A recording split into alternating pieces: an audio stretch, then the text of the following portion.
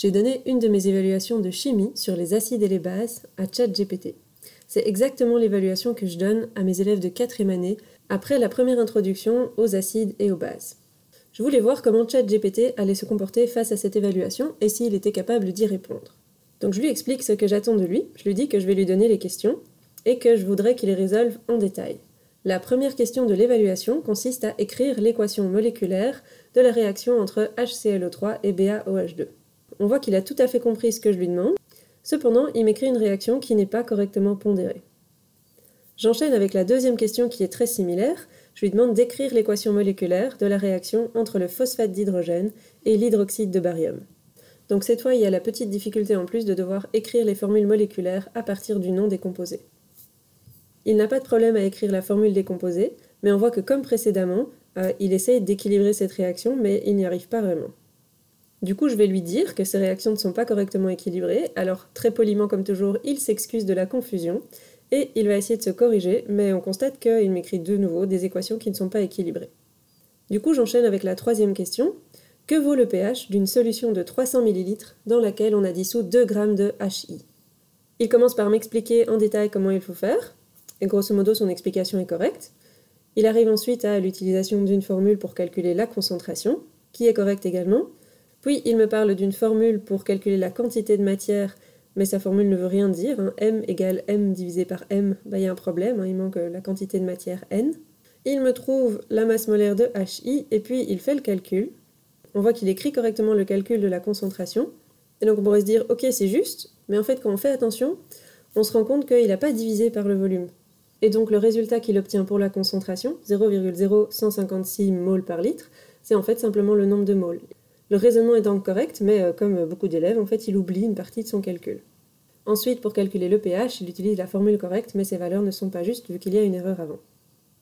Je vais donc lui expliquer qu'il a fait une erreur, qu'il n'a pas divisé par le volume. Du coup, il va essayer de se corriger, et on voit que ça ne fonctionne toujours pas. Quand il essaye de se corriger, il obtient exactement la même réponse. Du coup, je vais passer à la question suivante, tant pis. La quatrième question, c'est un problème de titrage. On a 15 ml de HCl qui sont titrés par 18 ml d'une solution d'hydroxyde de sodium 0,1 mol par litre. Et je lui demande quelle est la concentration de HCl. Donc c'est un problème très classique de titrage. Il commence par m'expliquer ce qu'est un titrage. Il écrit la réaction de titrage qui est correcte. Ici, il n'y a pas besoin de l'équilibrer, donc il ne sait pas faire d'erreur. Et puis on voit qu'il y a une petite confusion parce qu'il calcule la quantité de matière de HCl avec la concentration de NaOH. Il se fait qu'on a besoin de autant de NaOH que de HCl. Du coup, la réponse finale va être correcte, mais on voit que dans la résolution, en fait, il n'a pas tout à fait compris ce qu'il fallait faire. Donc même si la réponse finale est correcte, moi je ne donnerai pas tous les points à un élève pour ce genre de raisonnement.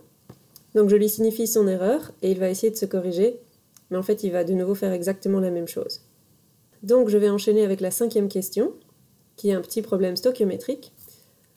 On additionne 15 ml d'une solution de bromure d'hydrogène, 0,0015 molaire, avec 12 ml d'une solution d'hydroxyde d'ammonium, 0,002 molaire.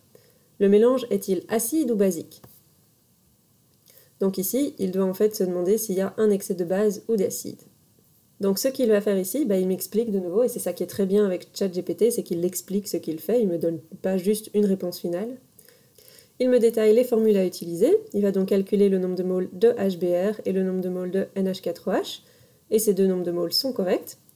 Il peut du coup comparer le nombre de moles d'acide et de base, ce qu'il fait. Il va calculer un pH, mais comme il ne le fait pas correctement, sa réponse va l'induire en erreur puisqu'il va me dire que la solution est acide. Et donc il conclut en me disant que c'est parce que la quantité d'acide est plus grande que celle de base que la solution est acide. Or, si on regarde les nombres de moles, il y a un plus grand nombre de moles de base que d'acide. Donc c'est ce que je lui explique, je lui dis que c'est faux, il y a en fait plus de base que d'acide.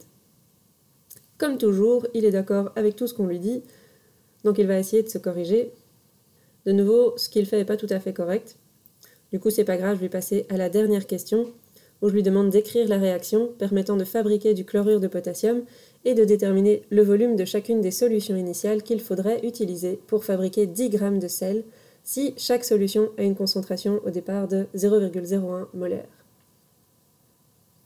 Et ici, en fait, c'est le seul exercice où il va réussir à le faire correctement du début à la fin.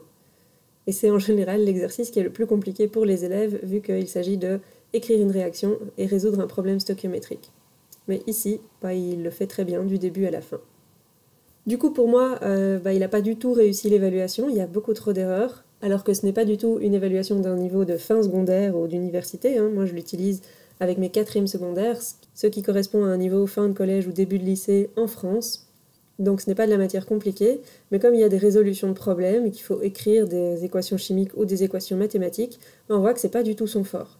Je voulais faire cette vidéo pour vous montrer ça, pour vous montrer à quel point ChatGPT peut être utile pour expliquer des choses, pour créer du texte, mais pour faire des calculs, on voit qu'il n'est pas encore tout à fait au point.